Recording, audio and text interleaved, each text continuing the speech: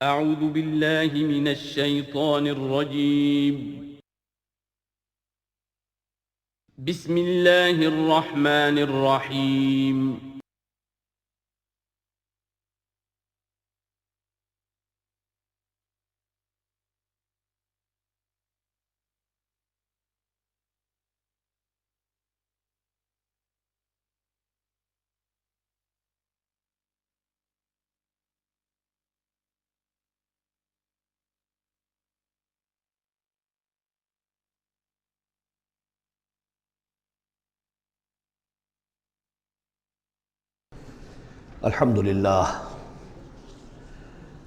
الحمد للہ وکفا والصلاة والسلام علی عباده الذین اصطفى، خصوصاً علی افضلہم وخاتم النبیین محمد الامین وعلی آلہ وصحبہ اجمعین. اما بعد فقد قال اللہ تبارک وتعالی کما ورد فی سورة المدثر: اعوذ باللہ من الشیطان الرجیم، بسم اللہ الرحمن الرحیم. یا ایہا المدثر قم فانذر وربک فکبر وثیابک فطہر والرجز فاہجر ولا تمنن تستکثر ولربک فاصبر. صدق اللہ العظیم. رب اشرح لی صدری ویسر لی امری واحلل عقدۃ من لسانی یفقہوا قولی. اللہم ربنا الہمنا رشدنا واعذنا من شرور انفسنا. اللہم ارنا الحق حقا وارزقنا اتباعہ وارنا الباطل باطلا وارزقنا اجتنابہ. اللہم ربنا زدنا ایمانا وہدا وعلما نافعا وعملا صالحا متقبلا. اللہم ربنا آنس وحشتنا فی قبورنا وارحمنا بالقرآن العظیم. اللہم اجعلہ لنا اماما ونورا وہدا ورحمہ. اللہم ذکرنا منہ ما نسینا وعلمنا منہ ما جہلنا وارزقنا تلاوتہ آناء اللیل واطراف النہار واجعلہ لنا حجتا یا رب العالمین، آمین. سورۃ المدثر کے بارے میں ایک روایت یہ بھی ہے کہ اس کی جو پہلی 7 آیات ہیں یہ پہلی وحی ہے جو حضور پر نازل ہوئی، اور یہ ایک چونکہ صحابی کی رائے ہے لہذا اس کا ذکر کرنا مناسب ہے. لیکن یہ کہ یہ کنسنسس جس پر ہے وہ یہی ہے کہ یہ پہلی نہیں ہے، بلکہ پہلی وحی جو آپ پر آئی وہ سورہ علق کی ابتدائی 5 آیات ہیں. مغالطہ اس وجہ سے ہوا ہے کہ سورہ علق کہ نزول کے بعد جو اس کی آیات ہے شروع کی 5 اور اغلباً سورہ نون کی پہلی 7 آیات، پھر سورہ مزمل کی 10 آیات، ان کے نزول کے بعد پھر کچھ وقفہ رہا ہے. اس وقفے کے دوران جو ہے حضور پر خاصی طبیعت کے اندر بے چینی کی کیفیت طاری رہی. آپ چاہتے تھے کہ جلد از جلد یہ قرآن نازل ہو، لیکن اللہ تعالیٰ کی اپنی ایک مشیت تھی، اپنی حکمت کے تحت اس نے اس کا نظام بنایا تھا. اسی دوران میں اللہ تعالیٰ نے حضرت اسرافیل کو حضور کی تعلیم پر مامور کر دیا تھا. یعنی تعلیم جو ہے حضور کی وہ دنیاوی طریقے سے نہیں ہوئی کہ کسی کے سامنے زانو تلمس طے کیا ہو، الف باتا سیکھا ہو اور پھر اس کے بعد کتابیں پڑھی ہو، نہیں. اس اعتبار سے آپ امی محض تھے، دی ان لیٹرڈ ون. ہم یہ نہیں کہیں گے کہ آپ معاذ اللہ ثم معاذ اللہ جاہل تھے، نہیں، لیکن یہ کہ آپ نے اس طریقے سے تعلیم حاصل نہیں کی تھی جیسے کہ دنیا میں ہوتی ہے. لیکن یہ کہ شوق جو قرآن مجید کا آپ کو تھا اس کی وجہ سے آپ کو جلدی، اور جب یہ وقفہ ہوتا تھا تو بہت شاق گزرتا تھا. اور تعلیم اس دوران میں ہو رہی ہے حضرت اسرافیل کے ذریعے. پھر وہ واقعہ پیش آیا جو پہلے بھی میں آپ کو بتا چکا ہوں کہ حضور فرماتے ہیں کہ اپنی اسی شش و پن میں جب کہ مجھ پر صدمے کی کیفیت تھی، میں ایک روز غار حرا سے نیچے اتر رہا تھا کہ آواز آئی یا محمد. میں نے ادھر ادھر دیکھا، دائیں بائیں پیچھے، سامنے کوئی نظر نہیں آیا تو کچھ خوف سا طاری ہوا طبیعت پر، بربنائے طبع بشری. تھوڑی دیر چند قدم آگے گیا، پھر یا محمد، پھر وہی کیفیت ہوئی میرے ساتھ۔ اب زیادہ تشویش لاحق ہو گئی، کوئی نظر نہیں آ رہا، پکار رہا ہے کوئی۔ تیسری مرتبہ یا محمد کہا تو اچانک آپ کی نگاہ اٹھی تو حضرت جبرائیل، وہی فرشتہ کہ جو غار حرا میں آیا تھا، اس کو آپ نے دیکھا کہ وہ پورے افق پر اس طریقے سے ہے کہ پورا افق اس سے بھر گیا ہے، اصل ملک کی صورت میں دیکھا۔ غار حرا میں کس کیفیت میں آیا تھا یہ بعد میں آپ کو بتاؤں گا، لیکن یہ کہ وہ مشابہت تو ایسی تھی کہ حضور نے پہچان لیا کہ یہ وہی فرشتہ ہے جو غار حرا میں آیا تھا، لیکن یہ کہ شکل یہ بالکل مختلف، یہ اصل ملک کی شکل تھی جس کو دیکھا ہے آپ نے ان آنکھوں سے۔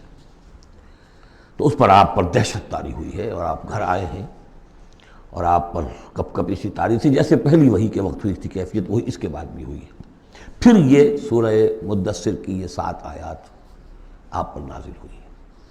تو اس حوالے سے یہ پہلی وحی ہے، لیکن پہلی وحی ہے پہلی فترت کے بعد، پہلا وقفہ جو ہوا وحی کے اندر، اس کے بعد پہلی وحی ہے۔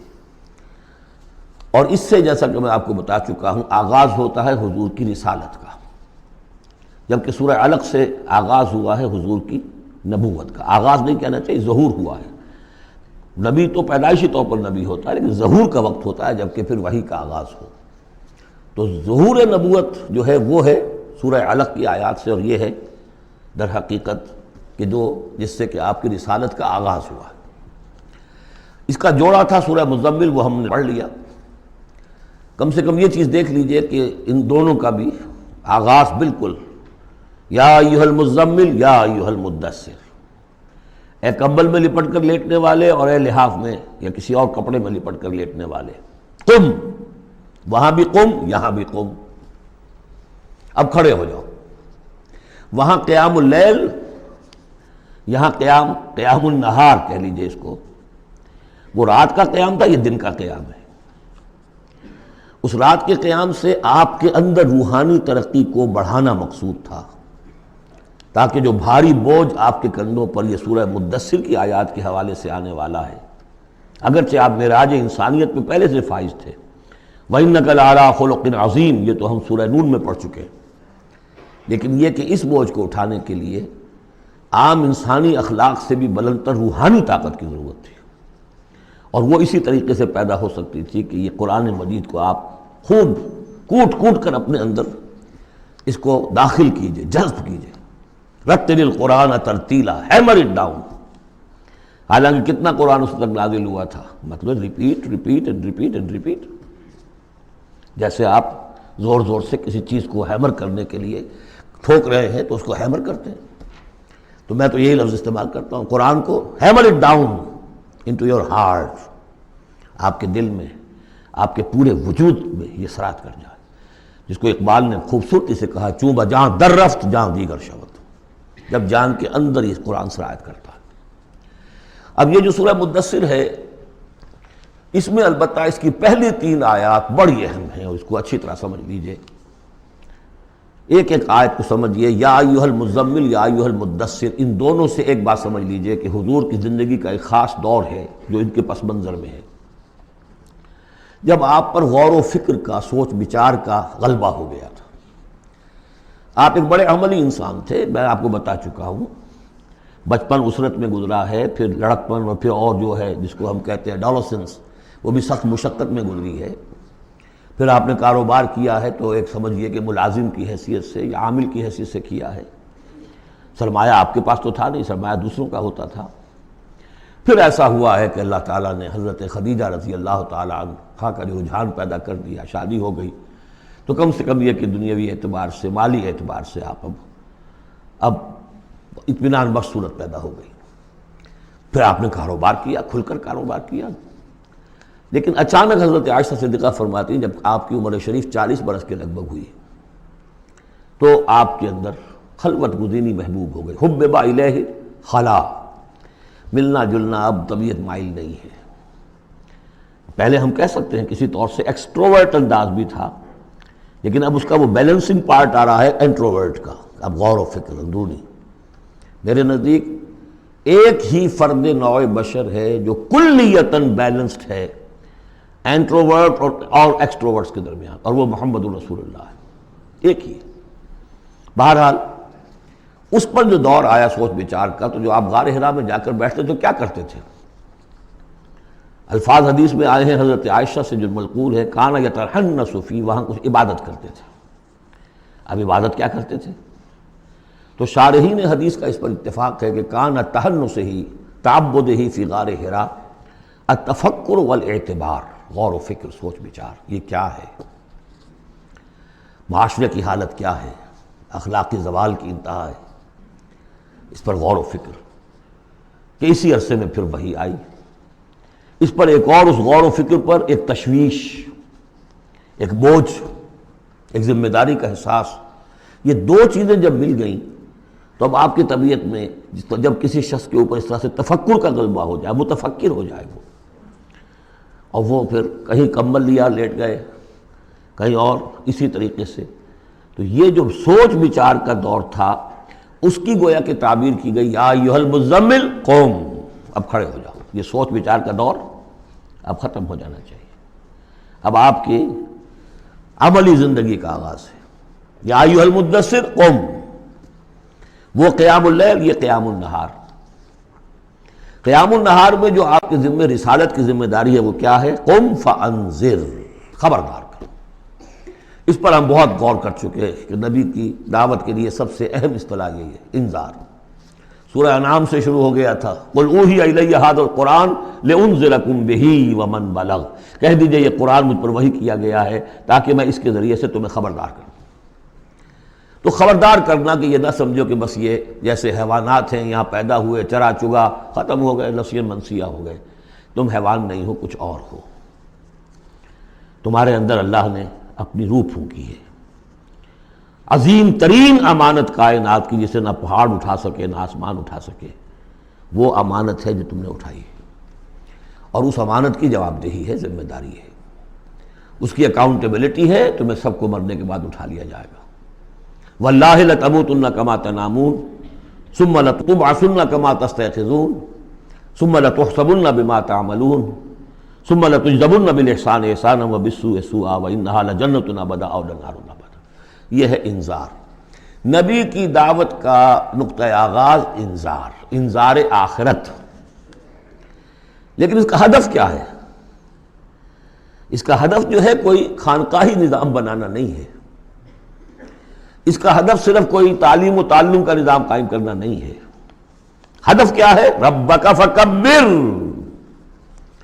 اپنے رب کو بڑا کرو۔ کیا مطلب ہے؟ رب تو بڑا ہے، کیا بڑا کریں گے؟ اس کی بڑائی مانی نہیں جا رہی، اس کے خلاف بغاوت ہے۔ ظہر الفساد فی البر والبحر، اس کی بڑائی منواؤ، اس کی بڑائی نافذ کرو۔ اسی کے لیے یہی لفظ ہے، وہ نیوکلیس ہے، جس سے کہ پھر یوں سمجھیے بیج ہے یا گٹھلی ہے جس سے کہ تمام الفاظ نکلے ہیں۔ اقامت الدین، دین کو قائم کرو، لِیُظْہِرَہُ عَلَى الدِّینِ کُلِّہ، تاکہ اس دین حق کو تمام کے تمام نظام دین پر، نظام زندگی پر نافذ کیا جائے، غالب کیا جائے۔ مختلف اصطلاحات ہیں۔ لِتَکُونَ کلمۃ اللہ العلیٰ، تاکہ اللہ کی بات سب سے اونچی ہو جائے۔ وَیَکُونَ الدِّینُ کُلُّہُ لِلَّہ، دین کل کا کل اللہ کے لیے۔ یہ سب کیا ہے؟ تکبیر رب، وَرَبَّکَ فَکَبِّر۔ تو یہ تین آیتیں اس اعتبار سے کہ حضور کا ایک خاص دور، تدبر، تفکر، پھر فکر مندی، یہ بھی بتا دیا تھا ورقہ ابن نوفل نے۔ اب دیکھیے انہیں صحابی نہیں سمجھا جاتا، کیوں؟ کہ ان کا انتقال فوراً ہو گیا تھا۔ اس کے بعد جب رسالت کا حکم آیا ہے اس وقت وہ موجود نہیں تھے۔ تصدیق کی ہے انہوں نے، نبوت کی تصدیق کی ہے، ان کا یہ وہی ناموس ہے۔ جب حضرت خدیجہ لے کر گئی حضرت ورقہ کے پاس کہ عمزاد میرے چچا کے بیٹے، ذرا دیکھیے یہ آپ کے بھائی کو کیا ہوا ہے، کیا تجربہ انہیں پیش آیا ہے، وہ کہا کیا تم نے دیکھا؟ آپ نے بیان کیا کہ ہاں یہ وہی ناموس ہے جو موسیٰ پر اور عیسیٰ پر نازل ہوا تھا، اور کاش کہ میں اس وقت تک زندہ رہوں جب تمہاری قوم تمہیں اس شہر سے نکال دے گی۔ تو اتنے پریشان ہوئے حضور، حیران ہوئے، اب مخرجیہم، کیا وہ مجھے یہاں سے نکال دیں گے؟ توقع ہی نہیں۔ وہ تو مجھ سے بڑی محبت کرتے ہیں، میرے قدموں تلے اپنی نگاہیں بچھاتے ہیں، ہر جگہ مجھے خوش آمدید کہا جاتا ہے، کیسے ممکن مجھے نکال دیں گے؟ کہا کہ نہیں، یہ پیغام جس کے ذمے بھی آیا ہے اس پیغام کا پہنچانا، اس کی قوم اس کی دشمن ہو جاتی ہے۔ تو اب یہ تشویش ہے نا حضور کو۔ یہ دور ہے در حقیقت یا ایھا المزمل قم یا ایھا المدثر قم۔ اب یہ جوڑے ہونے کا کانسیپٹ بھی سامنے ہو گیا، وہ قم اللیل ہے اور یہ قم فی النہار ہے۔ یہاں دعوت اور رسالت کا معاملہ ہے، کیونکہ ان آیات کے نزول سے قبل ابھی آپ کو اپنی دعوت کی تبلیغ کا حکم ملا ہی نہیں تھا، تو چونکہ ورقہ ابن نوفل کا انتقال ہو گیا، ان کا شمار جو ہے صحابہ میں نہیں ہوتا۔ اب اس کے بعد مزید جو آیات ہیں وَثِيَابَكَ فَطَهِّرْ، اپنے کپڑوں کو پاک کر رکھنے کا اہتمام کیجیے۔ اب ان کی بہت صوفیانہ طرز پہ بھی تعبیر کی گئی ہے، ثیاب سے مطلب جو ہے وہ کپڑے نہیں ہیں صرف، بلکہ دل بھی ہے۔ وَالرُّجْزَ فَاجُر، ہر قسم کی گندگی سے، گندگی ظاہری ہو اور یا باطنی ہو، باطنی گندگی ہے کہ اللہ کے سوا کسی اور سے لو لگی ہوئی ہو، اس شرک کو اندر سے کاٹیے، اور کوئی نجاست ہے تو اس کو باہر سے صاف کیجیے۔ وَلَا تَمْنُنْ تَسْتَكْثِرْ، اور دیکھیے ایسا نہ کیجیے کہ کسی پر احسان دھرے کہ آپ کو جواب میں اس سے بھلا خیر کوئی ملے۔ آدمی کرتا ہے میں دے رہا ہوں یہ ملے گا واپس، یہ بھی کبھی دے گا، آپ اس کو زیادہ چاہنے کی توقع بھی نہ دیجیے۔ یہ تو عام ترجمہ کیا گیا ہے، لیکن مجھے پسند ہے جو مولانا اصلاحی صاحب نے ترجمہ کیا ہے، وَلَا تَمْنَنْ، منن کے معنی توڑنے کے بھی ہوتے ہیں، کاٹ دینا۔ وَلَا تَمْنُنْ، دیکھو اپنی اس جد و جہد کو، اپنی اس جو بھی آپ کے ذمے فرض منصبی عائد کیا گیا ہے اس کے ضمن میں اپنی کوشش کو منقطع نہ کر دینا، جو بھی حالات ہوں جاری رکھنا۔ تستکثر، بہت بڑے نتیجے نکلیں گے انشاءاللہ، کثرت کے ساتھ آپ کو وقت تو لگے گا، لیکن یہ کہ پھر آپ کا جو ہے بول بالا ہوگا۔ وَلِرَبِّكَ فَاصْبِرْ، اور اپنے رب کے لیے صبر کیجیے۔ اور یہ میں عرض کر چکا ہوں، صبر کے ساتھ لام آ جائے تو انتظار کیجیے، اپنے رب کے حکم کا انتظار کیا کیجیے، جو بھی حکم آئے اس پر عمل کیجیے۔ یہ 7 آیات ہیں۔ تو یوں سمجھیے کہ اس صورت کا ایک خاص جو ہے مناسبت قائم ہوتی ہے سورہ علق سے۔ پہلے حصے میں تو حضور سے یہ خطاب آ گیا، مکمل ہو گیا 7 آیات میں۔ اب اس کے بعد 3 آیات میں قیامت کا نقشہ کھینچا گیا۔ فَإِذَا نُقِرَ فِي النَّاقُورِ، جب سور میں پھونکا جائے گا، فَذَلِكَ يَوْمَئِذٍ يَوْمٌ عَسِيرٌ، تو وہ دن بہت سخت دن ہوگا۔ عَلَى الْكَافِرِينَ غَيْرُ يَسِيرٌ، کافروں پر وہ ہلکا نہیں ہوگا۔ یہ وہی دن ہے جس کے بارے میں سورہ مزمل میں ہم پڑھ چکے ہیں، یومن یجعل الولدان شیبا السماء منفطر بہ، پھٹ پڑنے کو ہے آسمان اس کے ساتھ، اور وہ دن ایسا ہے کہ جو بچوں کو بوڑھا کر دے گا۔ اور تیسرا حصہ وہی ذرنی، جیسا کہ سورہ مزمل میں بھی ہم دیکھ چکے، سورہ نور میں بھی دیکھ چکے، وَذَرْنِي وَمَنْ خَلَقْتُ وَحِيدًا، چھوڑیے مجھ کو اور اس کو جس کو میں نے بنایا ہے اکلوتا، اکیلا۔ اس کے بارے میں اجماع ہے کہ یہ آیات جو ہیں ولید بن مغیرہ کے لیے نازل ہوئی۔ بڑی جائیدادیں تھیں اس کی دونوں شہروں میں، قریتین عظیم جو ایک مکہ اور ایک طائف، ٹوین سٹیز تھی، اور اس کی جائیداد، اس کے باغات، پیسے بہت، اللہ نے اولاد بہت دی تھی۔ خود یہ اکلوتا تھا اپنے ماں باپ کا، وحیدہ بنایا میں نے اسے، اکیلا تھا وہ۔ وَجَعَلْتُ لَهُ مَالًا مَمْدُودًا، اور اسے میں نے بہت سا مال دے دیا جو پھیلا ہوا مال ہے، شہروں کے اندر جائیداد ہے بکھری ہوئی ہے۔ وَبَنِينَ شُهُودًا، اور بیٹے میں نے دیے اسے جو اس کے نگاہوں کے سامنے رہتے ہیں۔ یہ بھی کسی شخص کی توانگری اور مرفہ الحالی کی علامت ہے کہ بیٹے اس کی نگاہوں کے سامنے ہوں، وہ ایکسپورٹ نہ ہو گئے ہوں امریکہ اور یورپ، معلوم ہوا کہ وہ تو گئے ہوئے ہیں بیٹے، ان کو دیکھنے کو بھی آنکھیں ترستیاں ہیں، سمجھے آپ، وہ تو پھر معلوم ہوا کہ کوئی بڑی ہی پتلی حالت ہے۔ شہودہ، بیٹے سامنے موجود ہیں۔ وَمَهَّدتُّ لَهُ تَمْهِيدًا، میں نے اس کے لیے خوب بستر بچھا دیا تھا، خوب تمہید کی تھی۔ ثُمَّ يَطْمَعُ أَنْ أَزِيدَ، پھر وہ چاہتا ہے کہ میں اور بھی دوں اسے، کلا، بس اب نہیں۔ إِنَّهُ كَانَ لِآيَاتِنَا عَنِيدًا، یقیناً وہ ہماری آیات کا مخالف اور دشمن بن گیا۔ وہ یہ تھا کہ ذہین بھی بہت تھا یہ شخص، اور یہ محسوس کرتا تھا کہ جو وہ محمد کہہ رہے ہیں ٹھیک ہے، لیکن یہ کہ یہ ساری میری جائیدادیں، میرے رشتے، میری دوستیاں، میری چودراہٹ، اس سب کا رسک میں کیسے لے لوں؟ تو یہی وہ شخص ہے جو سب سے زیادہ کمپرومائز کے لیے آپ پر زور ڈالتا تھا کہ محمد اس طرح نہ کرو، کچھ نہ کچھ اپنی بات منوا لو، کچھ لوگوں کی مانو۔ یہ جو رفٹ پڑ رہی ہے، a house divided amongst itself can not stand, Quraysh جو ہیں آپس میں تقسیم ہو جائیں گے تو پھر ہماری حیثیت کیا رہے گی؟ بہت مدبر انسان تھا، ایسا نہیں تھا کہ تو یہ اس کی ساری ذہانت اور فطانت جو ہے، جس کو آپ ورلڈلی وائز کہتے ہیں، وہ بہت ذہین تھا اس اعتبار سے، اس دنیا کے حوالے سے۔ اور وہی شخص تھا، تو اس کا معاملہ یہ ہوا کہ ایک مرتبہ یہ کہیں گفتگو ہو رہی تھی بیٹھ کر چوپال میں کہ کیا کہیں ہم میں سے کوئی کہتا ہے یہ جادوگر ہے، کوئی کہتا ہے یہ شاعر ہے، باہر سے لوگ آتے ہیں، وہ جب سنتے ہیں مختلف قول تو وہ پریشان ہو جاتے ہیں، وہ سمجھتے ہیں کہ یہ خود پریشان ہیں، جب یہ مختلف الخیال ہیں تو چلو میں خود جا کے اس شخص سے مل کر دیکھوں وہ کیا ہے۔ تو اس سے بہتر یہ کہ ہم ایکا کریں، ایک بات کہیں۔ تو اب یہ کہ کیا کہیں، اس پر مسئلہ پیدا ہو گیا۔ تو اب یہ کہ یہ گیا تھا حضور کے پاس بات کرنے، اور وہاں انہیں کچھ اندیشہ ہوا کہ یہ تو کچھ اثر ہو گیا، معلوم ہوتا بدل گیا۔ یہ واپس آیا ہے، پوچھا کہ کیا خیال ہے، کیا ہم اسے کہیں کہ شاعر ہے؟ کہ نہیں، میں شاعروں سے مجھ سے خوب واقف ہوں، جو محمد کلام پیش کر رہے ہیں وہ شعر نہیں ہے، شاعر نہیں، کچھ اور چیز۔ اچھا ہم کاہن کہہ دیں انہیں؟ کہ نہیں نہیں، میری کاہنوں سے تعلقات ہیں، دوستیاں ہیں، میں جانتا ہوں کاہنوں کا کردار کیسا ہوتا ہے، کاہن کے قول کیسا ہوتا ہے، وہ ذو معنیین بات کرتے ہیں، ادھر بھی لگ جائے ادھر بھی لگ جائے، یہ کرتا ہے دو ٹوک بات۔ تو پھر کیا کہیں؟ ان کو یہ سمجھ میں آیا کہ یہ تو گیا، اس پر تو جادو چل گیا محمد کا۔ لیکن اس نے جب تیور دیکھے تو کہا یہ کہا جا سکتا ہے کہ یہ جادو ہے جو منقول ہے، پیچھے سے چلا آ رہا ہے۔ اب یہ جو اس کی گفتگو میں جو اس کی رد و قدا ہوئی ہوگی، ضمیر نے ملامت کی، کچھ اس میں ضمیر کو دبایا، کچھ اپنی مصلحتوں کو سامنے رکھ کر جو بات، اس کا ایک نقشہ کھینچا گیا ہے یہاں، فصاحت و بلاغت کی انتہا ہے۔ سأرهقه صعودا، میں اسے چڑھائی چڑھواؤں گا، وہ عذاب جو ہم پہلے بھی پڑھ چکے ہیں، یسلکہ عذابا صعدا، وہ عذاب کے جو جس کی سختی اور شدت بڑھتی چلی جائے۔ انہ فکر وقدر، اس نے غور کیا، کچھ اندازہ کیا کہ حق کو ماننے کا کیا نتیجہ نکلتا ہے، نہ ماننے کا کیا نتیجہ نکلتا ہے، وہ بیلنس بنا رہا ہے اپنے ذہن میں۔ انہ فکر وقدر فقتل کیف قدر، تو ہلاک ہو جائے، کیسا غلط اس نے اندازہ ٹھہرایا۔ ثم قتل کیف قدر، پھر ہلاک ہو جائے، کیسا غلط اندازہ ٹھہرایا۔ ثم نظر، پھر اس نے ذرا دیکھا، جیسے کہ کہہ رہا غور و فکر، لوگ دیکھیں غور و فکر کر رہا ہے۔ ثم عبس وبصر، پھر ذرا وہ اپنا منہ بسورا اور ماتھے کے اوپر بھی کچھ وہ بل لے آیا۔ ثم ادبر واستکبر، اور پھر ذرا اس نے تکبر کے ساتھ اپنی پیچھے کو مڑا۔ فقال ان ھذا الا سحر یؤثر، اس نے کہا نہیں بس ٹھیک ہے، یہ جادو ہے جو چلا آ رہا ہے، محمد کا کلام جو ہے جادو ہے، جادو اثر تو ہے۔ ان ھذا الا قول البشر، لیکن ہے بہرحال یہ انسانی کلام، یہ جو محمد کا دعویٰ ہے کہ یہ اللہ کا کلام ہے، یہ نہیں۔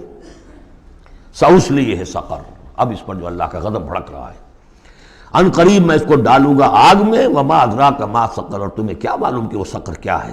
لا تبقی ولا تذر، نہ باقی رہنے دے گی نہ چھوڑے گی، موت بھی نہیں آئے گی۔ لواحۃ للبشر، انسان کی کھال کو جھلس ڈالے گی۔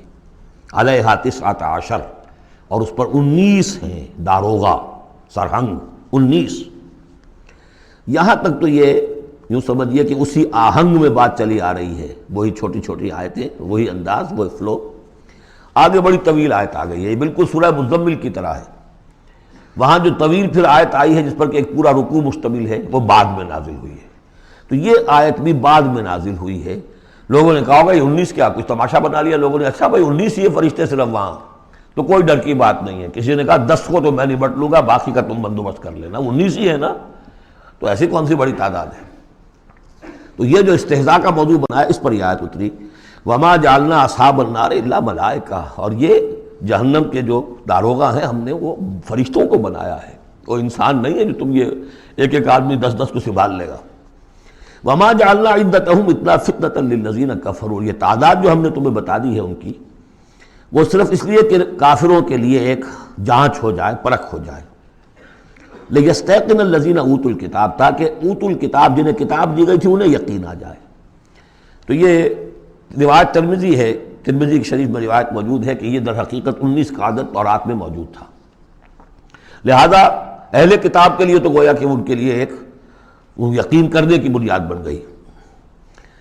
لیستيقن الذین اوتوا الکتاب ویزداد الذین آمنوا ایمانا، اہل ایمان کے تو ایمان میں اضافہ ہوگا، وہ تو جو بھی اللہ کی طرف سے وہی پڑھ کر سنائیں گے محمد رسول اللہ، ان کا ایمان کامل ہے، ان کے ایمان میں اضافہ ہوگا۔ ولا یرتاب الذین اوتوا الکتاب والمؤمنون، اور تاکہ نہ شک میں پڑے نہ تو وہ اہل کتاب جن کو پہلی کتاب دی گئی تھی اور نہ مسلمان، وَلَيَقُولَ الَّذِينَ فِي قُلُوبِهِم مَرَضٌ، اور تاکہ کہیں وہ لوگ جن کے دلوں میں روگ ہے، جو حق کو ماننا نہیں چاہتے، والکافرون، اور کافر جو طے کر چکے ہیں کہ ہم نے کسی صورت ماننا ہی نہیں ہے۔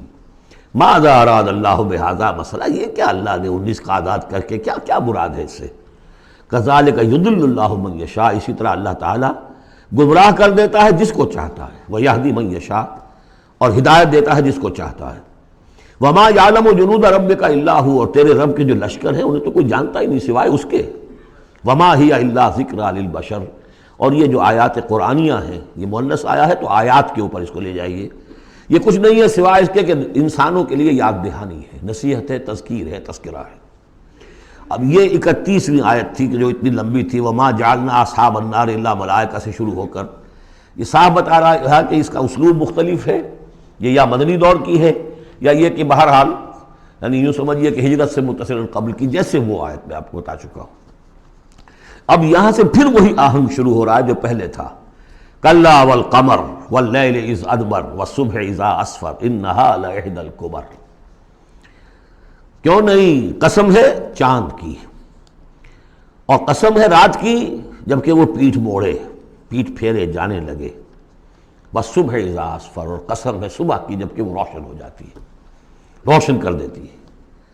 اس میں اشارہ ہو رہا ہے در حقیقت کہ فترت وحی کی رات چلی آ رہی تھی، 600 برس سے نزول وحی کا سلسلہ منقطع تھا، وہ جس کا انہوں نے جنات میں تذکرہ کیا تھا، من بعد کتاب موسیٰ، اس میں بس روشنی ہوتی تھی تو ایسی ہی جیسے کہ مستعار روشنی چاند کی روشنی ہوتی ہے جو راتوں کو بھی ہوتی ہے، بس اس درجے میں ہدایت آسمانی اور ہدایت خداوندی دنیا میں رہ گئی تھی۔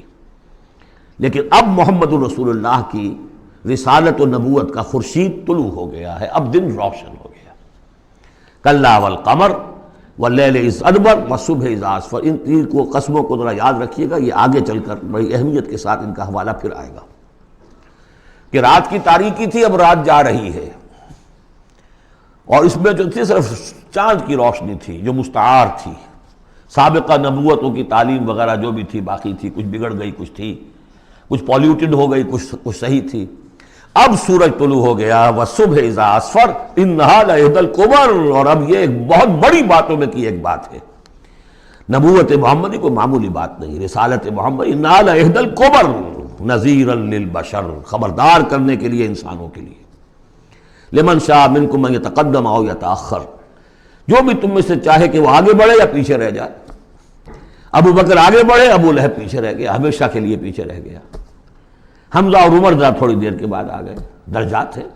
لمن شاء منکم ان یتقدم او یتأخر، جو بھی تم میں سے چاہے تقدم کرے، آگے بڑھے، صدیقیت کا مقام حاصل کر لے، جو شخص چاہے ذرا اور تھوڑی دیر انتظار کر کے آئے گا، والذین تبعوہم بإحسان کے درجے میں آئے گا، سابقون الاولون کے درجے سے نکل جائے گا۔ اور پھر کیا کہ اس کے بعد ایسے بھی ہوں گے کہ جن کو بالکل ہمت ہی نہیں ہوگی، وہ واقعتاً مستقل طور پر کفر میں رہ گئے۔ لمن شاء منکم ان یتقدم او یتأخر کل نفس بما کسبت رہینہ، ہر جان جو کچھ کہ اس نے کمایا ہے اس کے عوض رہن ہے، اسے وہ چیز اب وصول کرنی ہوگی۔ الا اصحاب الیمین، سوائے ان کے کہ جو داہنے والے ہوں گے، جنہیں دیا جائے گا ان کا اعمال نامہ داہنے ہاتھ میں، فی جنات یتساءلون، وہ جنتوں میں ہوں گے، ایک دوسرے سے پوچھتے ہوں گے، عن المجرمین، گناہ گاروں کے بارے میں، ما سلککم فی سقر، تم لوگوں کو کس چیز نے جہنم میں ڈالا، تم لوگ کیوں اس جہنم کے اندر پڑے؟ قالوا لم نک من المصلین، وہ کہیں گے کہ ہم نہیں تھے نماز پڑھنے والے، ولم نک نطعم المسکین، اور ہم نہیں تھے مسکین کو کھانا کھلانے والے، وَكُنَّا نَخُوضُ مَعَ الْخَائِضِينَ، اور ہم تو ایسے ہی بس مذاق ہی میں لگے رہے، بال کی کھال اتارتے رہے، ہم نے سنجیدگی سے سوچا ہی نہیں۔ وَكُنَّا نُكَذِّبُ بِيَوْمِ الدِّينِ، اور سب سے بڑھ کر یہ last but not the least, ہم جزا و سزا کے دن کا انکار کرتے رہے، حتیٰ أَتَانَا الْيَقِينُ، یہاں تک کہ موت کا وقت آ گیا۔ فما تنفعهم شفاعت الشافعین، تو اب ان کے لیے ہرگز نفع بخش نہیں ہوگی شفاعت کرنے والوں کی کوئی شفاعت۔ فما لهم عن التذکرۃ معرضین، تو کیا ہو گیا ان کو؟ یہ تذکرہ، یہ ذکر، یہ قرآن جو محمد پیش کر رہے ہیں صلی اللہ علیہ وسلم، اسے اعراض کیوں کر رہے ہیں؟ کأنہم حمر مستنفرہ، حمر مستنفرہ، ایسے ہیں کہ جیسے یہ گدھے ہیں جو بدک گئے ہیں۔ فرت من قسورہ، شیر کو دیکھا ہو، کبھی آپ نے دیکھا ہوگا ٹیلی ویژن وغیرہ پر، تو افریقہ کا نقشہ دکھایا جاتا ہے کہ ذرا شیر کی آہٹ دیکھتے ہیں اور پھر زیبرے جس طرح بھاگتے ہیں دمڑ دمڑ دمڑ کرتے ہوئے، ان کا پورا غول جو ہوتا ہے، تو وہ نشان، وہ ہے اصل میں نقل کہ یہ لوگ جو ہے اس طریقے سے کأنہم حمر، تو زیبرے بھی گدھے ہی ہیں نا، کأنہم حمر مستنفرہ فرت من قسورہ، کسی شیر کو دیکھ کر وہ بھاگتے۔ بل یرید کل امرئ منہم ان یؤتی صحفا منشرہ، اب یہ ان کا استہزائیہ انداز تھا کہ محمد تم کہتے ہو کہ ہمارا حساب کتاب ہوگا، ہم میں سے ہر ایک کو کیوں نہیں دے دیے جاتے ہمارے اعمال نامے، یا یہ کہ یہاں سے مراد یہ ہے کہ جو کتاب تمہارے پاس آئی ہے تو ہمیں کیوں نہیں کتاب دے دی گئی؟ کھلے ہوئے صحیفوں میں ہم میں سے ہر شخص کے پاس کتاب آ جاتی۔ کلا بل لا یخافون الآخرہ، ہرگز نہیں، یہ جو باتیں بنا رہے ہیں یہ اس لیے کہ آخرت کا خوف نہیں ہے ان کے دل میں۔ جب آخرت کا خوف نہ رہے تو جو باتیں چاہو بناؤ، جیسے وہ کہتے ہیں کہ بے حیا باش و ہر چے خواہی کن، ایک دفعہ حیا کا پردہ اٹھا دو پھر جو چاہو کرو۔ کلا انہ تذکرہ، ہرگز نہیں، یہ تو بس ایک یاد دہانی ہے، نصیحت ہے۔ فمن شاء ذکرہ، جو چاہے اس سے نصیحت اخذ کر لے۔ وما یذکرون الا ان یشاء اللہ، اور یہ نہیں اس سے نصیحت اخذ کر سکیں گے کوئی بھی مگر یہ کہ اللہ چاہے۔ ہوا اہل التقوی و اہل المغفرہ، وہ ڈرنے کے لائق بھی ہے اور وہی مغفرت کا مجاز بھی ہے، جس کو چاہے وہ مغفرت کر سکتا ہے۔ اہل التقوی و اہل المغفرہ، یہ ہے سورہ مدثر۔ اب آگے چلیے، جوڑا آ رہا ہے سورۃ القیامہ اور پھر اس کا جوڑا ہے سورۃ الدہر۔ بسم اللہ الرحمن الرحیم۔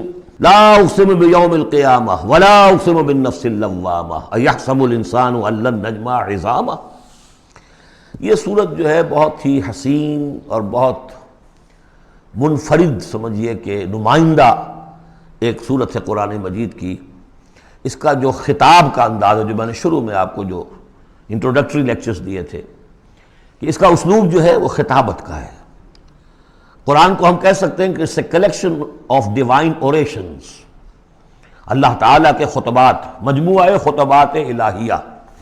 تو مختلف مواقع پر جیسے کہ خطیب کو خطبہ دیتا ہے تو اس طریقے سے اللہ تعالیٰ نے یہ صورتیں نازل کی ہیں۔ حضور پڑھ کر سناتے تھے تو آپ کا انداز بھی خطیبانہ ہوتا تھا۔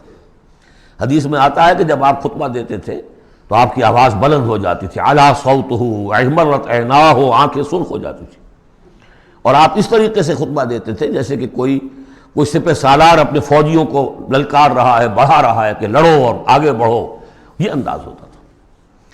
تو اس طرح کا خطبہ اس میں آپ دیکھیں گے ابھی بات ایک طرف ہو رہی ہے، ابھی کسی اور طرف ہو گئی، کبھی کسی تحویل الخطاب، اس کے لیے بہت، پھر یہ کہ 4-6 آیتیں آئیں گی ایک خاص قسم کے آہنگ میں، خاص قسم کے قوافی تو ہم کو نہیں کہنا چاہیے، تو یہ آتے ہیں، وہی انہی حروف پر صورتیں ختم ہو رہی ہیں، وہی سٹائل ہے، پھر وہ سٹائل بدلے گا، پھر 4-6 صورتیں اس دوسرے انداز کی ہوں گی، پھر 4-6 تیسرے انداز کی ہوں گی۔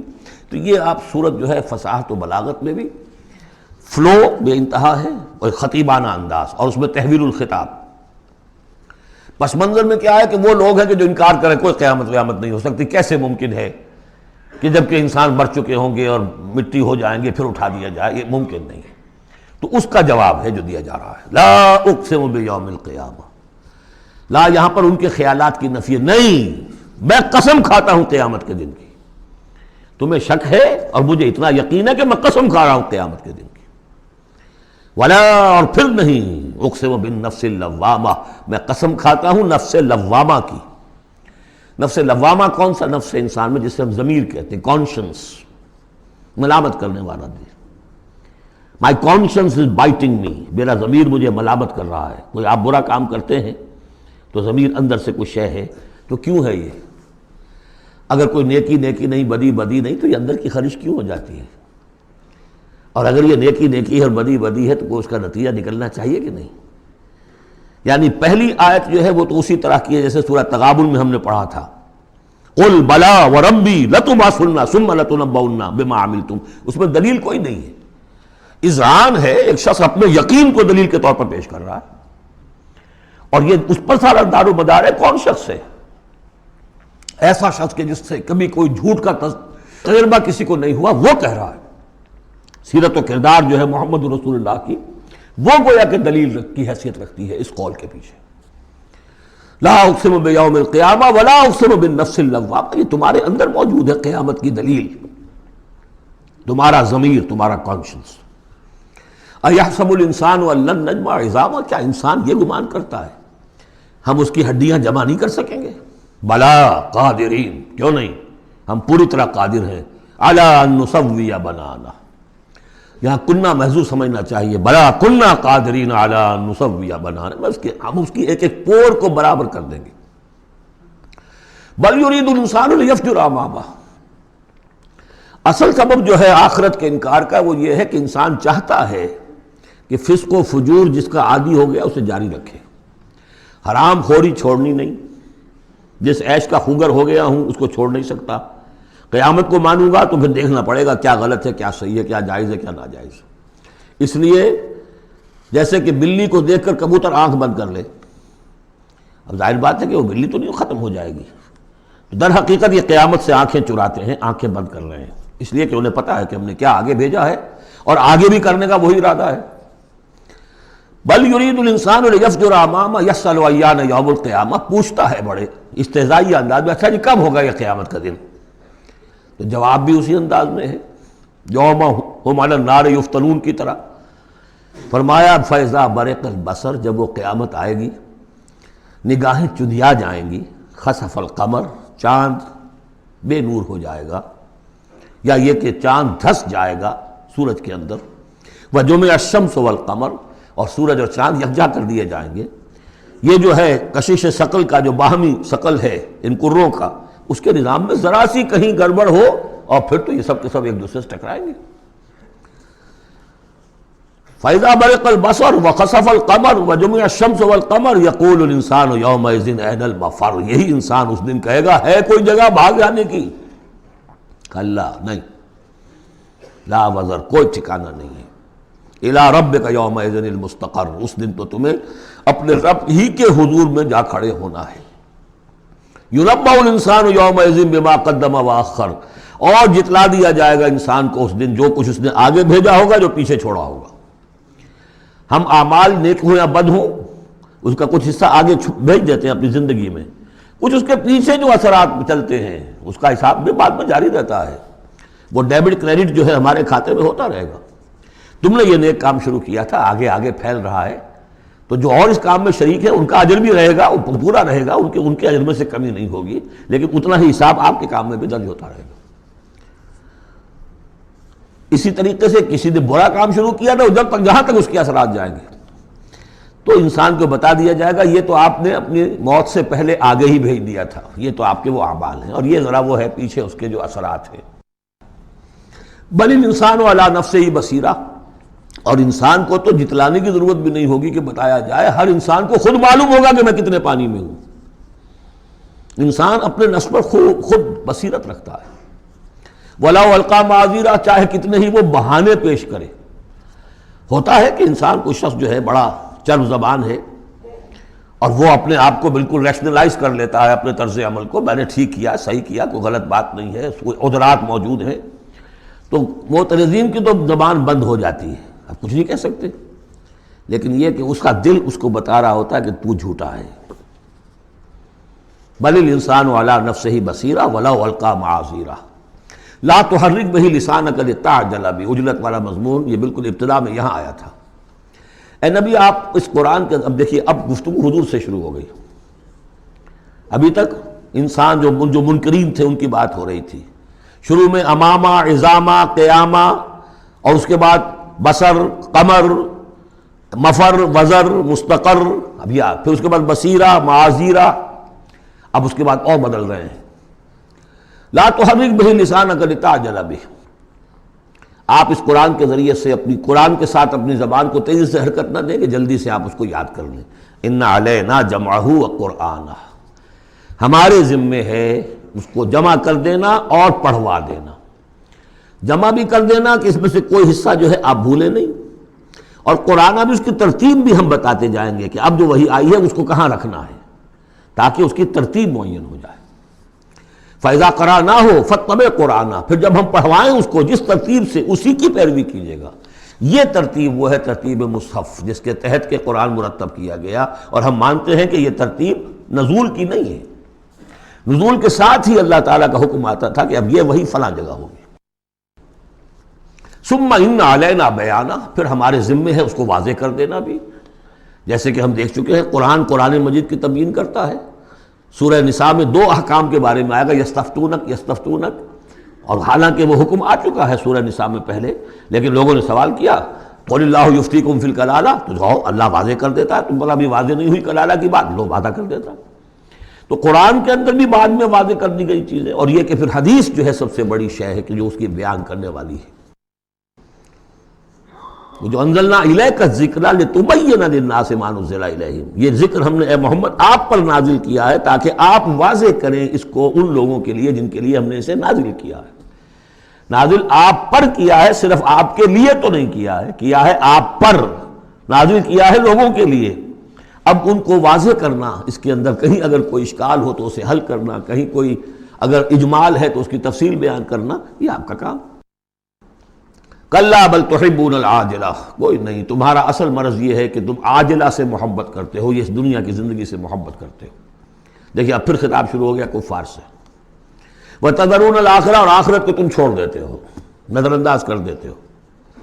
وجوہ یومئذ ناظرہ، حالانکہ بہت سے چہرے اس دن ہوں گے تر و تازہ، میدان قیامت میں کھڑے ہوں گے تو جیسے اسکول چلڈرن کھڑے ہوتے ہیں اپنا رزلٹ سننے کے لیے، تو بعضوں کے چہرے کھلے ہوتے ہیں، پہلے سے معلوم ہے انہیں کیا کچھ کر کے آئے تھے، اور بعض کے چہروں کے اوپر دھواں ہے، اس لیے ہے کہ انہیں پتا ہے کہ کیا ہی کچھ نہیں تھا، فیل تو ہونا ہی ہونا ہے۔ تو چاہے اب رزلٹ ڈکلیئر نہیں ہوا، رزلٹ ان کے چہروں پر لکھا ہوا ہے۔ تو وجوہ یومئذ ناظرہ، بہت سے چہرے ہوں گے تر و تازہ، الی ربہا ناظرہ، اپنے رب کی طرف دیکھتے ہوئے۔ اس میں بعض لوگوں نے یہ کہا ہے کہ ناظرہ سے مراد ہے انتظار کر رہے ہوں گے اپنے رب کی رحمت کا، اس لیے کہ رؤیت باری تعالیٰ جو ہے وہ تو ممکن نہیں ہے کہ میدان حشر میں ہو جائے، لیکن میرے نزدیک انہی حضرات کی رائے زیادہ صائب ہے جو سمجھتے ہیں کہ رؤیت ہوگی۔ اہل ایمان کو عین میدان حشر میں بھی ایک درجے کی رؤیت باری تعالیٰ سے مشرف کیا جائے گا، یہ مضمون آ جائے گا سورہ مطففین میں، واضح ہو جائے گا۔ اس کے برعکس وجوہ یومئذ باسرہ، بہت سے چہرے ہوں گے اس روز سوکھے ہوئے، اترے ہوئے، اداس، تظن ان یفعل بہا فاقرہ، ان کو یقین ہوگا کہ اب ان کے ساتھ وہ سلوک ہوگا جو ان کی ریڑھ کی ہڈیاں توڑ کے رکھ دے گا۔ کلا اذا بلغت التراقی، اب ایک نقشہ دکھایا جا رہا ہے، ایک تو بڑی قیامت ہے، فاذا برق البصر وخسف القمر وجمع الشمس والقمر یقول الانسان یومئذ این المفر، ایک تو وہ ایک قیامت ہے جو فرد کی قیامت ہے، موت جب آتی ہے، قیامت صغریٰ۔ کلا اذا بلغت التراقی، جب یہ جان آ کے پھنس جاتی ہے ہنسلیوں میں۔ وقیل من راق، کہا جاتا ہے کوئی جھاڑ پھونک کرنے والا۔ بڑے بڑے ریشنلسٹ بھی اس مرحلے پر آ کر، بابا ڈاکٹروں نے جواب دے دیا، حکیموں نے جواب دے دیا، چلو کوئی تعویذ گنڈا کچھ ہو کہیں سے، کوئی جھاڑ پھونک کوئی تو ہو، کسی طریقے سے ہو، تو آخری درجے میں وہ بھی انسان چیخ پکار کر لیتا ہے، قیل من راق، ہے کوئی جھاڑ پھونک کرنے والا۔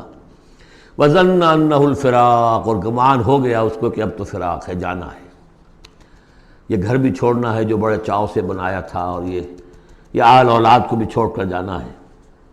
والتفت الساق بالساق، اور وہ جو جان کندنی کا عالم ہوتا ہے تو پنڈلی پنڈلی سے لپٹ رہی ہے، جان نکلنی شروع ہوتی ہے جسم کے نچلے حصے سے۔ الی ربک یومئذ المساق، اس دن تو تمہیں اپنے رب ہی کی طرف دھکیلے جانا ہے۔ پھر بدل گئے قوافی، فلا صدق ولا صلی، تو نہ اس نے تصدیق کی نہ نماز پڑھی، ولیکن کذب وتولی، بلکہ جھٹلا دیا اور پیٹھ موڑ لی۔ تصویر لفظی ہے جو نقشہ اس وقت ہوتا تھا۔ ثم ذهب الى اهله يتمطى، اور پھر چلا اپنے گھر والوں کے پاس اکڑتا ہوا جا رہا ہے۔ حضور کی بات کو تو نظر انداز کر دیا، امشو، چلو چلو یہاں سے، وَاصْبِرُوا عَلَىٰ آلِهَتِكُمْ، صبر کرو، جا کے جمے رہو اپنے آلہہ پر۔ ذهب الى اهله يتمطى، اولى لك فاولى ثم اولى لك فاولى، افسوس ہے تجھ پر اور افسوس ہے تجھ پر، اور پھر افسوس ہے تجھ پر اور پھر افسوس ہے تجھ پر۔ اَيَحْسَبُ الْإِنسَانُ أَن يُتْرَكَ سُدًى، کیا انسان یہ سمجھتا ہے کہ اسے یوں ہی چھوڑ دیا جائے گا؟ کوئی باز پرس نہیں، کوئی حساب کتاب نہیں، کوئی جواب طلبی نہیں، کوئی اجر نہیں، کوئی سزا نہیں، کوئی جزا نہیں۔ الم یکن نطفۃ من منی یمنی، کیا نہیں تھا وہ ایک گندے پانی کی بوند جو ٹپکائی گئی؟ ثم کان علقا، پھر وہ ایک جونک کے مانند تھا کہ جو رحم مادر کے دیوار کے ساتھ چمٹی ہوئی تھی۔ علقۃ فخلق فسوی، پھر اسی کو اس نے بنایا، اسی میں نقش و نگار بنا دیے، اسی میں آنکھیں آ گئیں، اسی میں کان آ گئے، اسی میں کیا کیا بنایا۔ فی ظلمات ثلاث، تین پردوں کے اندر۔ فجعل منہ الزوجین، اسی سے بنا دیے، کسی کو نر، کسی کو مادہ، کسی کو مؤنث، کسی کو مذکر۔ الیس ذلک بقادر علی ان یحیی الموتى، عقل کے اندھو یہ سوچو وہ ہستی جو یہ سب کچھ کر رہی ہے وہ اس پر قادر نہیں ہوگی کہ مردہ کو زندہ کر دے؟ جو تمہارا مشاہدہ ہے گندے پانی کی ایک بوند سے، افلاطون بھی اسی سے آ گیا، اور مقرات بھی، اور سقراط بھی، اور ظاہر بات ہے انبیاء بھی وہیں سے آئے ہیں۔ کہاں سے آئے ہیں؟ ایک ہی استثناء ہے نا حضرت عیسیٰ علیہ السلام کا، باقی تو سب کہاں سے آئے؟ وہیں سے آئے۔ سارے اولیاء اللہ کہاں سے آئے؟ وہیں سے آئے۔ گندے پانی کی بوند، اس سے کیا کچھ وہ بناتا ہے۔ تو تمہارا یہ خیال ہے کہ وہ مردہ کو زندہ نہیں کر سکے گا، اتنا عاجز ہو گیا۔ افعینا بالخلق الاول بل ہم بالخلق الجدید۔ اس کے بعد جیسا کہ یہ سوال ہے، بلا کیوں نہیں؟ پروردگار یقیناً الیس ذلک بقادر بلا نشہد انک قادر علی ان تحیی الموتى، ہم اس پر گواہ ہیں۔ سورۃ الدہر۔ اب دیکھیے جس مضمون سے سورہ قیامہ ختم ہوئی تھی، جوڑا وہاں سے شروع ہو رہا ہے۔ بسم اللہ الرحمن الرحیم، هل اتى على الانسان حین من الدہر لم یکن شیئا مذکورا، کیا انسان پر نہیں آیا تھا ایک وقت ایسا بھی، اس دہر میں سے، اس زمانے میں سے انسان نکلا ہے نا۔ قلزم ہستی سے تو ابرا ہے مانند حباب، تو قلزم ٹائم، اس ٹائم کا بھی ایک بہت بڑا سمندر ہے، اسی سے ہم ابھر کر آئے ہیں۔ هل اتى على الانسان حین من الدہر لم یکن شیئا مذکورا، قابل ذکر شے ہی نہیں تھا وہ، کوئی پسند کرتا ہے اس کا ذکر کرنا؟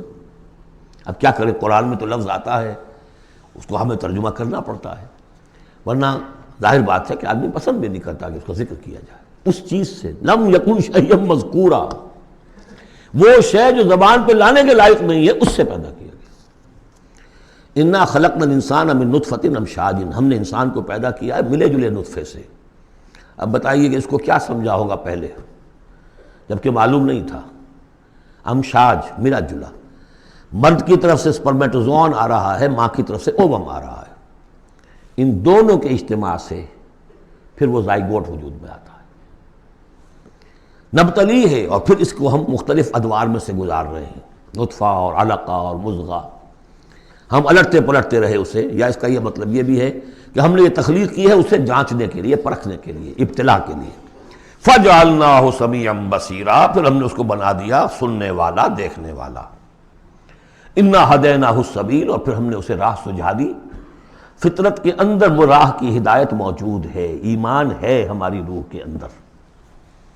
ہدیناہ السبیل، ہم نے وہ راستہ دکھایا ہوا ہے اس کو، اندھا بہرا نہیں بھیجا دنیا کے اندر۔ ایک اسے ظاہری آنکھ دی ہے، ایک باطنی آنکھ بھی دی ہے اسے، روح پھونکی ہے اس میں۔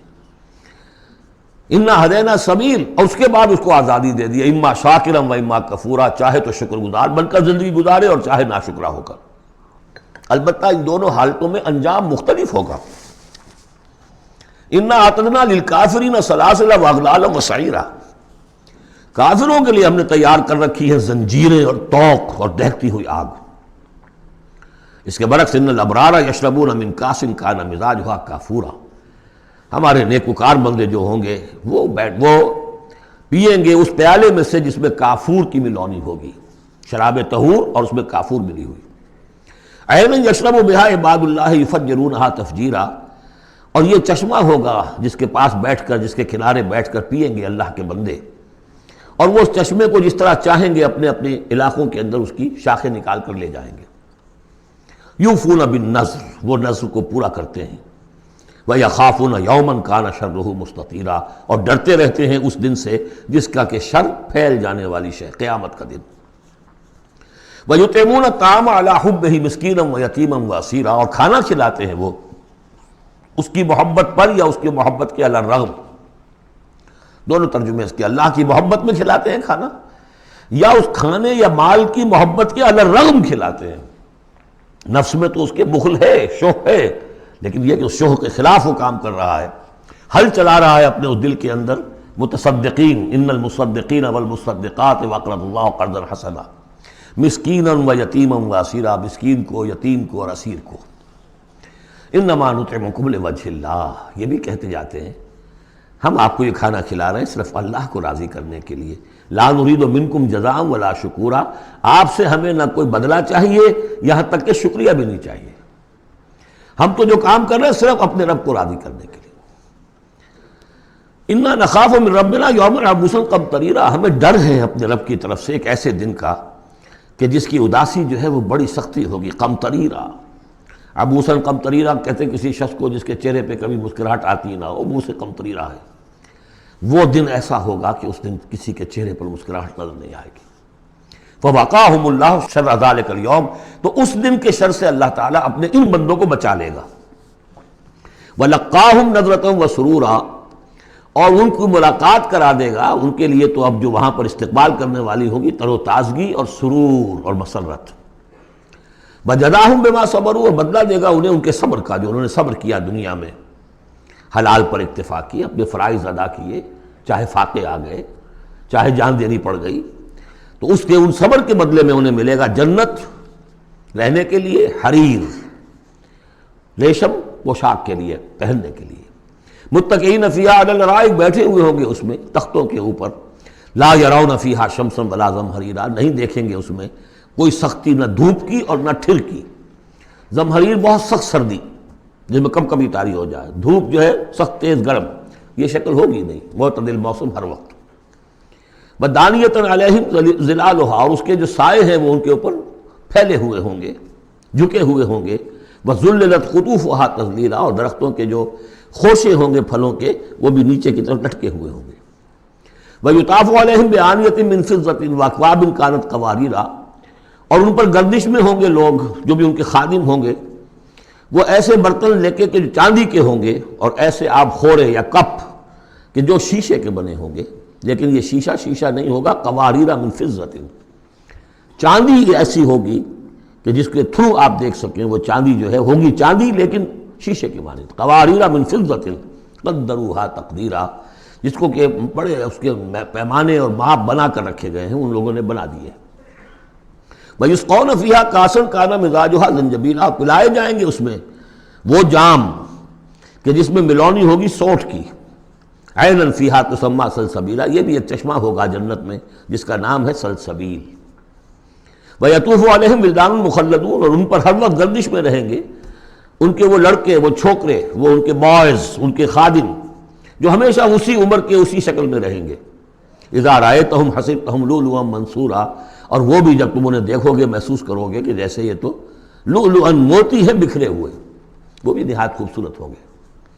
وَإِذَا رَأَيْتَ ثَمَّ رَأَيْتَ نَعِيمًا وَمُلْكًا كَبِيرًا، جہاں بھی دیکھو گے وہیں دیکھو گے کہ نعمتیں ہی نعمتیں ہیں اور بڑی بادشاہی ہے جو اللہ نے دے دی ہے اپنے ان نیک بندوں کو۔ عالیہم ثیاب سندس خضر واستبرق، ان کے اوپر ہوں گے کپڑے باریک ریشم کے، سبز و استبرق، اور گاڑھے کے، نیچے کے جسم کے لیے گاڑھا لباس اور اوپر کے لیے باریک لباس۔ وَأَحُلُّوا أَسَاوِرَ مِن فِضَّةٍ، اور انہیں کنگن پہنائے جائیں گے چاندی کے۔ وَسَقَاهُمْ رَبُّهُمْ شَرَابًا طَهُورًا، اور پلائے گا انہیں ان کا پروردگار پاک مشروب، شراب جو پاک ہوگا۔ إِنَّ هَذَا كَانَ لَكُمْ جَزَاءً، اور کہا جائے گا یہ آپ لوگوں کا بدلہ ہے۔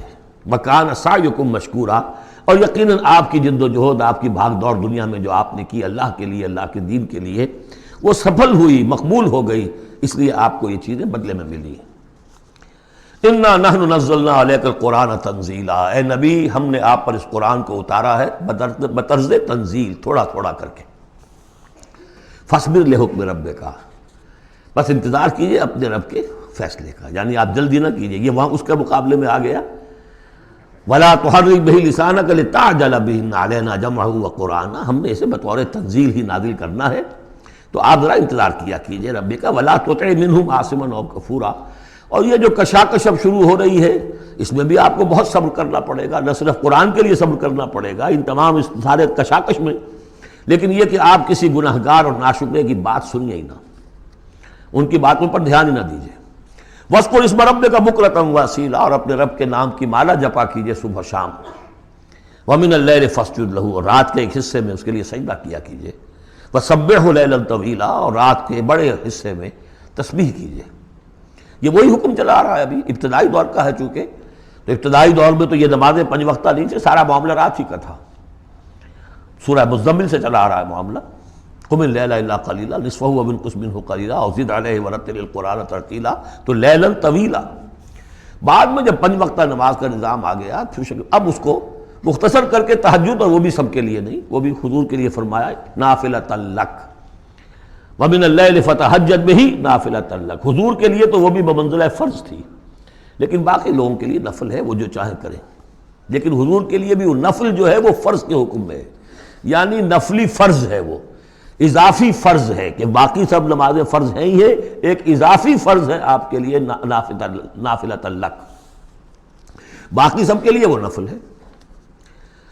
ان هؤلاء يحبون العاجلة ويذرون وراءهم يوما ثقيلا. یہ لوگ اصل میں دنیا کو دنیا سے محبت کرتے ہیں. دیکھیے وہی مضمون آ گیا جو سورہ قیامہ میں تھا. کلا بل تحبون العاجلة وتذرون الآخرة وجوہ یومئذ ناظرة إلى ربها ناظرة.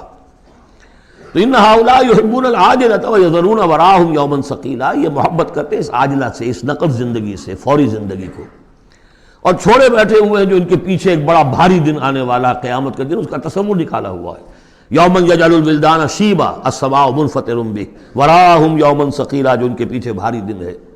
نحن خلقناہم وشددنا اسرہم، ہم نے ہی ان کو تخلیق فرمایا اور ان کے جوڑ خوب مضبوط باندھے ہیں. وَإِذَا شِئْنَا بَدَّلْنَا أَمْثَالَهُمْ تَبْدِيلًا، جب چاہیں گے ان جیسے اور لے آئیں گے ان کو بدل کر. یہ تیسرا مقام ہے کہ جس سے دلیل یہ ملتی ہے کہ جب باعث بادل موت ہوگا تو ہم جیسے ہمارا جسم ہے ویسا ہی جسم ہمیں دیا جائے گا. باقی وہ مفہوم بھی اس میں لوگ نکالتے ہیں کہ اللہ چاہے تو کسی ایک قوم کو ہٹائے دوسری کو لے آئے، لیکن میرے نزدیک چونکہ تخلیق کے ساتھ ہے یہ، اس لیے نحن خلقناہم وشددنا اسرہم، پہلے جو ہم نے بنایا ان کے جوڑ بند ہم نے مضبوط کیے ہیں. وَإِذَا شِئْنَا بَدَّلْنَا أَمْثَالَهُمْ تَبْدِيلًا، ایسے ہی اور بنائیں گے. إِنَّ هَذِهِ تَذْکِرَہ، یقیناً یہ تو ایک یاد دہانی ہے، نصیحت ہے. فَمَنْ شَاءَ اتَّخَذَ إِلَىٰ رَبِّهِ سَبِيلًا، تو جو چاہے اپنے رب کی طرف، اپنے پروردگار کی طرف راستہ اختیار کر لے. سلوک، اللہ کی طرف سلوک، سیر اللہ، اللہ کی طرف آگے بڑھنا، تقرب اللہ، سیر اللہ، سلوک اللہ، مختلف اصطلاحات. وما تشاءون الا ان یشاء اللہ، اور تمہارے چاہے کچھ نہیں ہو سکتا جب تک کہ اللہ نہ چاہے. ان اللہ کان علیما حکیما، یقیناً اللہ تعالیٰ سب کچھ جاننے والا ہے، کمال حکمت والا. یدخل من یشاء فی رحمتہ، وہ داخل کرے گا اپنی رحمت میں جس کو چاہے گا.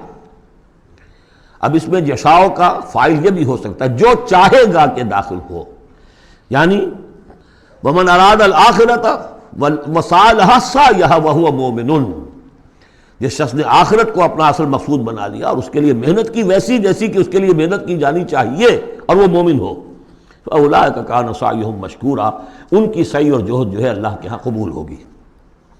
تو دونوں اس کے ترجمے ہو سکتے ہیں. اللہ چاہے گا، اور ظاہر بات ہے کہ کوئی بھی کام ہو چاہے اس دنیا کا ہو آخرت کا ہو، ان دونوں مشیتوں کے ملنے سے ہوتا ہے. میں نے چاہا کہ اس شے کو اٹھاؤں، اللہ کا اذن ہوا تو میں اٹھا سکتا ہوں، ورنہ نہیں.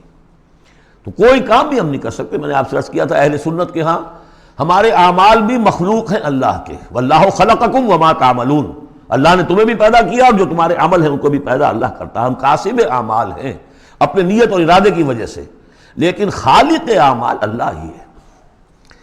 وما تشاءون الا ان یشاء اللہ ان اللہ کان علیما حکیما یدخل من یشاء فی رحمتہ والظالمین اعد لهم عذابا علیما.